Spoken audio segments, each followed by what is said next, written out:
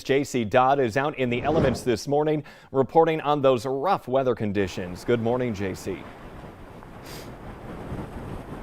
Jordan, it is tough out here, and I want to say we've been out for about 2 hours, and the wind has been relentless this morning. You can see as it just gusts straight into me, and it is making travel extremely dangerous and tough. Visibility is very low.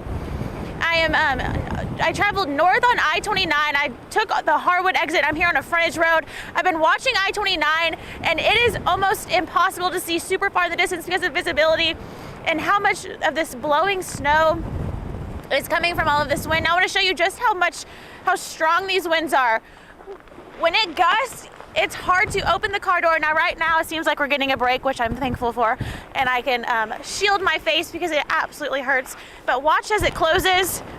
That's the kind of wind you're facing if you head out the door. It's going to slam, and it is pummeling the valley.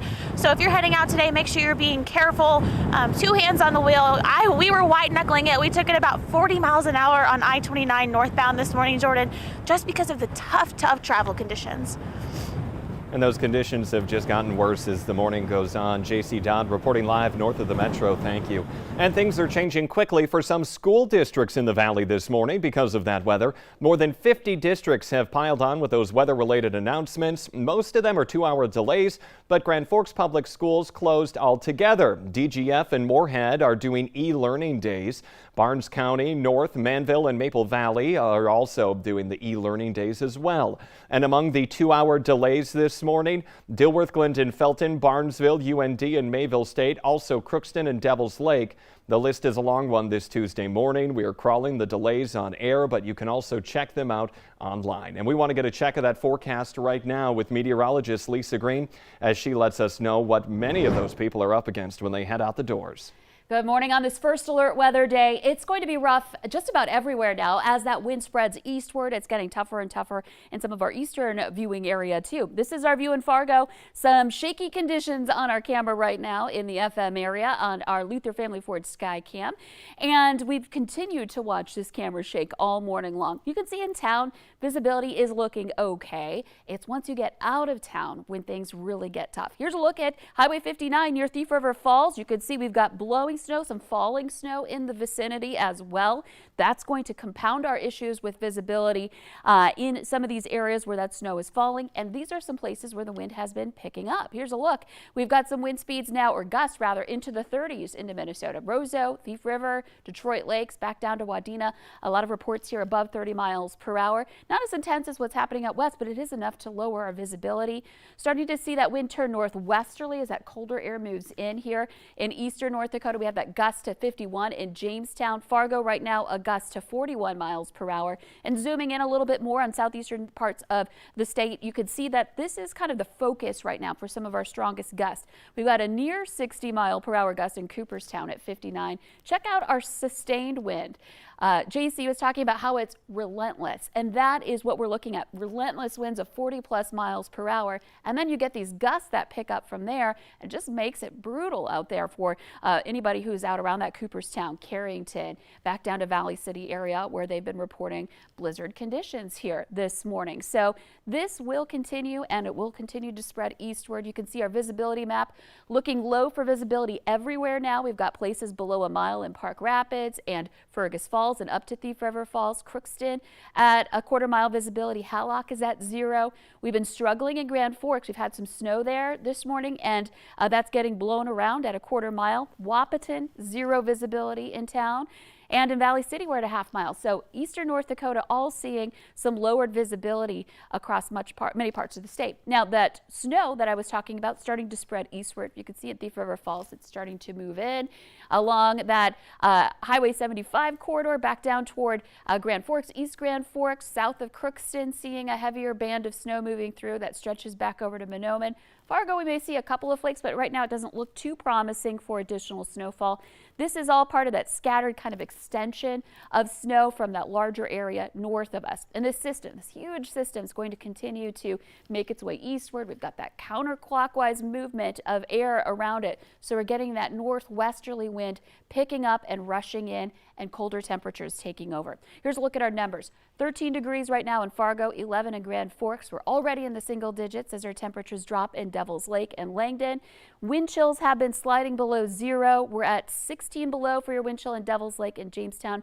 It feels like 8 below in Fargo. So bundle up if you must head outside today, but hopefully you can just stay home, stay warm, and stay safe with these winds that we're still expecting. Over the next couple of hours, we'll continue in Fargo to see gusts potentially into the 50s, maybe even up to 60 miles per hour if we get a stronger gust. As the day progresses, the winds will come down a bit, but we'll still be in that 30 to 40 mile per hour range into the afternoon. And that will lead to the potential for more ground blizzard conditions, especially in open country, even into the early afternoon hours today. So be safe out there and stay warm as well if you need to step outside. Yeah, so much to go over this morning. Lisa, thank you. And I do want to clarify, Barnes County, North Manville and Maple Valley are fully closed today. I misspoke earlier when talking about those, but we want to get a check of those road conditions that you're facing right now this morning. And boy, have things gotten worse since we have came on the air this morning. No travel advised for much of North Dakota. That is the red. I'm going to outline it here. This is the Montana border all the way across Canada here down the Red River Valley, including Cass County now on over below Cass, Stutzman, jutting up around Jamestown, and then going around for the northern part of the state past Minot and Williston. All of this red shaded area right here. No travel advised. That is much of North Dakota that we are talking about. And then just below it, in 2 counties, we're talking a travel alert. Now, this has been getting worse as the morning's going on. We have an incident right now reported along the interstate. We are talking on I-94 at the Wheatland exit. There is a crash this morning. Now, again, no travel advised there. Up by Devils Lake, we're also talking about a crash that's been reported this morning. That one is 2.6 miles east of Junction, North Dakota 30. Now, expect delays there. There's a crash as well. Minnesota, they came out with a no travel advisory for much of northwestern Minnesota. That is the purple lines that you're seeing right here. Now, a lot of that area, we are talking from Pembina down along the Red River, south of Halstead and Ada, back up around Crookston, Thief River Falls to Lancaster, over to the Canadian border. Everything here in this red shaded area, no travel advised there either. It's pretty nasty conditions. And this morning I was looking at information from Sergeant Jesse Grabo with the Minnesota State Patrol right around Barnesville. There was a car that couldn't see what it was doing, went across both lanes of traffic and then into the opposite ditch. You got to be careful when you're out there this morning. Taking a look at I-94 in Minnesota, partially covered. Highway 10, partially to fully covered, dependable where you are. Make sure you stay with us right here as we keep you updated. And also a check of the airport. If you're trying to fly out of town this morning or picking someone up, 7 of the first 8 flights out of Fargo are canceled or delayed. So far, one morning flight, out of Grand Forks has been delayed. Pfizer could ask the FDA for the go-ahead on COVID vaccines for children ages 6 months to 4 years old as early as today. AP sources say the shots could then start going out at the end of this month. Early data from the drug maker has shown 2 doses given at 1/10 the strength of the adult shot are safe and produce an immune response. But last year, Pfizer announced 2 doses were less effective at preventing COVID-19 in children ages 2 to 5. The company is now testing a 3rd dose, and that application could come by March. Police in Dilworth, Minnesota want your help finding a suspected car prowler. Take a look at your screen right now. They posted this Ring doorbell video showing a guy walking up to 2 vehicles, pulling on the handles, and then walking away. Contact Dilworth PD if you have any information about him. A man who led police on a chase through Fargo and Moorhead is now facing numerous charges after police say he stole a car in Fargo and then crashed it across the river. That crash happened yesterday afternoon at 8th and Main in Moorhead. 43-year-old Corey Youngbear of Grand Forks was taken to the hospital. At last check this morning, he had not yet been booked in jail. Police say the chase started in Fargo. Then a Moorhead officer spotted the car, but the driver wouldn't pull over. They say he ran over 3 tire deflation devices, but just kept going until eventually smashing into another car at that intersection. The other driver was not hurt. Youngbear is now facing charges of possession of a stolen vehicle, reckless driving, DWI, open container, fleeing, and various traffic violations. His injuries are not considered serious. 2 men are seriously hurt after a small plane went down west of the Twin Cities. The McLeod County Sheriff's Office says the crash happened at about 1 yesterday afternoon near Hutchinson. The plane's passengers were pulled from that downed aircraft and then flown to a Twin Cities hospital.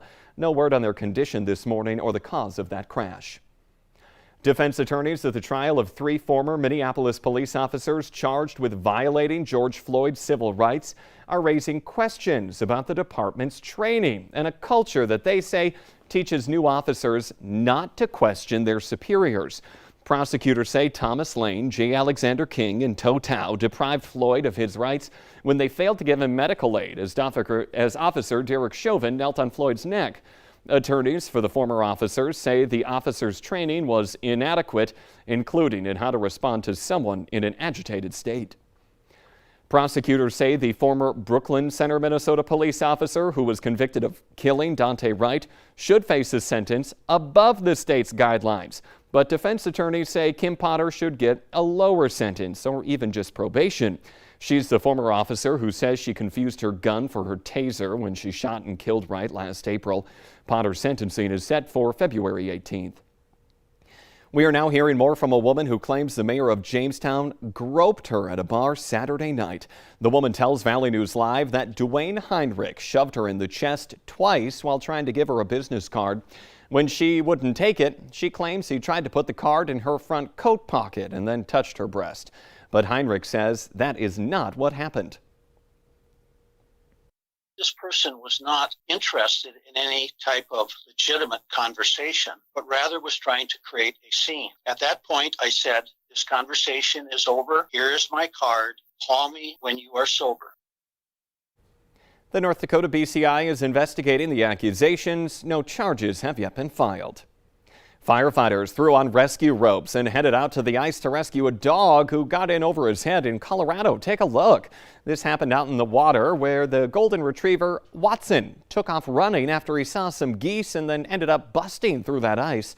A firefighter walked out and slipped into the water to then hoist that frozen dog back up onto more solid ice. You see the dog struggling to get up right now. Rescuers say the owner did do the right thing by calling for help instead of going out on the ice and trying to rescue that dog by himself. And you see that dog walked away safely. The Today Show and CBS Mornings are just about to start, but the Valley Today rolls on. More live up-to-the-minute news and weather coming up on the Fargo CW as we track that blizzard hitting the region. Stay safe today.